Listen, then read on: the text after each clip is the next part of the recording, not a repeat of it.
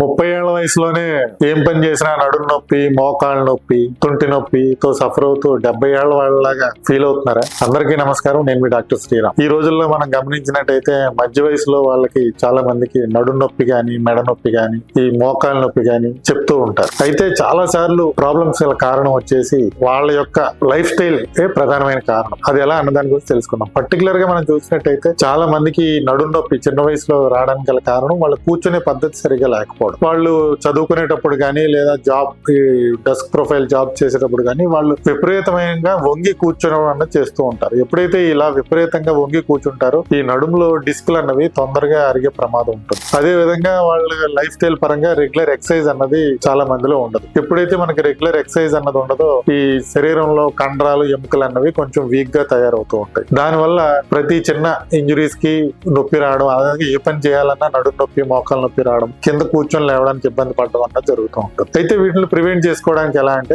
మనం కూర్చొనే విధానం సరిగా చూసుకోవడం, అదే విధంగా కంటిన్యూస్ గా ఒకే దగ్గర అలా కూర్చొని ఉండకుండా ఉండడం, ప్రతి 30 to 45 మినిట్స్ కి 5 to 10 మినిట్స్ బ్రేక్ తీసుకోవడం. అదే విధంగా వీక్ లో ఒక 5 to 6 days minimum 30 minutes to 1 hour exercise అన్నది చేయడం. ఈ ఎక్సర్సైజ్ అన్నది cardiac exercise, strengthening exercise, stretching exercise గా డివైడ్ చేసుకుంటూ చేయడం ద్వారా మన ఓవరాల్ ఫిట్నెస్ అన్నది ఇంప్రూవ్ చేసుకోవచ్చు. వయసు 30 ఏళ్ళైనా ప్రతి చిన్న విషయానికి 70 ఏళ్ల వాళ్ళలాగా అబ్బా అమ్మ అంటూ నొప్పులతో సఫర్ అయ్యే మీ ఫ్రెండ్స్ అండ్ ఫ్యామిలీ మెంబర్స్ కి ఈ వీడియో షేర్ చేయండి. మరింత ఇన్ఫర్మేటివ్ వీడియోస్ కోసం please do follow the page.